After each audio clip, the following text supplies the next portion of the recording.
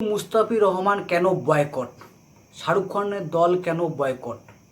এটা এখন ট্রেন্ডিং চলতেছে। যদি দম থাকে ভারতে তাহলে বাংলাদেশের টিমকে বন্ধ করে দেখাও, ভারতে যে আসবে সেটা করে দেখাও যদি দম থাকে। আসসালামু আলাইকুম এবং হিন্দু ভাইদেরকে জানাই জয় শ্রীরাম। মুস্তাফিজুর রহমান বয়কট এবং কেকেআর বয়কট বা কলকাতা বয়কট, কারণ মুস্তাফিজুর রহমান কিন্তু মুসলিম বাংলাদেশ কিছু একটা হয়েছে, ওই দীপুচন্দ্র নামে একটা ঘটনা হয়েছে, ওই ঘটনাকে লক্ষ্য করে কিন্তু এখন সোশ্যাল মিডিয়াতে ট্রেন্ডিংয়ে চলতেছে এই মুস্তাফিজুর রহমানকে বয়কট করা হোক। আরে ভাই, এই অকশনে কিন্তু তাকে চেন্নাইও কিন্তু নিতে চেয়েছে এই মুস্তাফিজুর রহমানকে, এবং কি দিল্লিও নিতে চেয়েছে। ফাইনালি কিন্তু কলকাতা অকশনে তাকে নিয়ে ফেলে, এই আমাদের কেকেআরের টিম তাকে নিয়ে ফেলে। আরে ভাই, যদি দম থাকে মুস্তাফিজুর রহমান কেন, আইপিএল কেন? কিছুদিন পরে আমাদের বিশ্বকাপ টি-20 চলতেছে ভারতের মাটিতেই, বাংলাদেশের টিমকে বহিষ্কার করা হোক। সেখানেও কেন 15 জন লোক আমাদের ইন্ডিয়াতে এসে খেলবে, সেটা বন্ধ করা হোক। শুধু একজনকে কেন, 15 জনকে যাতে বয়কট করা হোক। দম থাকলে 15 জনকে বয়কট করে দেখাক ভারত।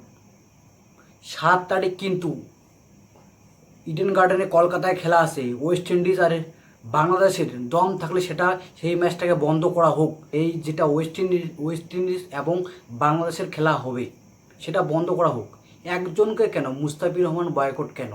আইপিএল, আরে ভাই আইপিএল এটা ব্যবসা, এটা একটা রাজনীতি এখানে না। কিন্তু ধর্ম, স্পোর্ট এক জায়গায়, ধর্ম এক জায়গায়, ধর্ম থাকে, সেখানে কেন এটা আসবে?